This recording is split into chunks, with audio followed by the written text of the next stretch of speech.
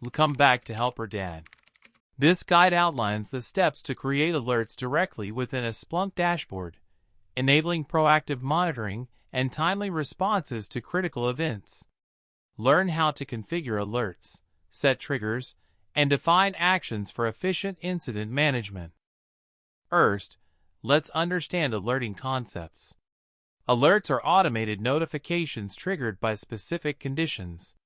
The search query is the core logic that identifies events of interest. The trigger condition is the threshold that activates the alert, such as a number of events or a specific value. Trigger actions define what happens when an alert is triggered, such as sending an email, executing a script, or using a webhook.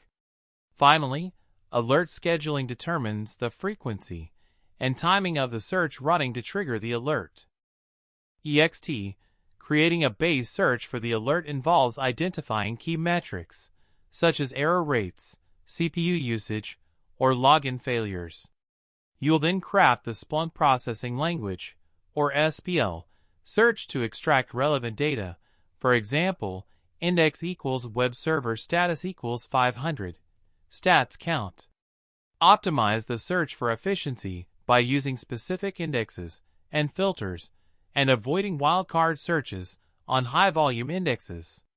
Be sure to test the search to verify that it returns the expected results before creating the alert. Let's create the alert from the search head. Save the search after confirming its accuracy, saving it as an alert. Provide a clear and concise name and description for the alert. Set appropriate permissions to control access to it. Configure the time range to be used by the search, such as real-time, for continuous monitoring or specific time windows like last 15 minutes.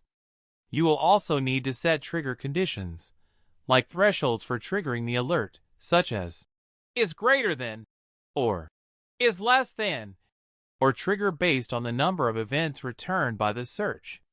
Finally, configure trigger actions, such as sending email notifications to designated recipients, running a custom script to automate remediation actions, or sending a notification to an external service like PagerDuty or Slack using a webhook. After this, you need to configure alert scheduling and throttling. Define how often the alert search runs, selecting options like real-time, a cron schedule, or based on index time. Use throttling to prevent alert flooding by limiting the frequency of notifications, and suppress repeated alerts for a specified period. It's time to test and troubleshoot alerts. Simulate events that should trigger the alert. Review the alert history to confirm that alerts are firing as expected. Examine the search to ensure it is producing the correct results, and verify that the alert has the necessary permissions. You can easily manage alerts. Easily activate or deactivate alerts as needed by enabling or disabling them. Modify alert parameters such as search queries, trigger conditions, and actions by editing them. Create copies of existing alerts for similar monitoring scenarios by cloning them.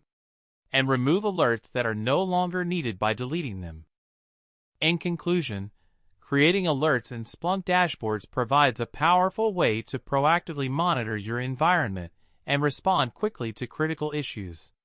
By following these steps, you can ensure that you are notified of important events and can take appropriate action to resolve them.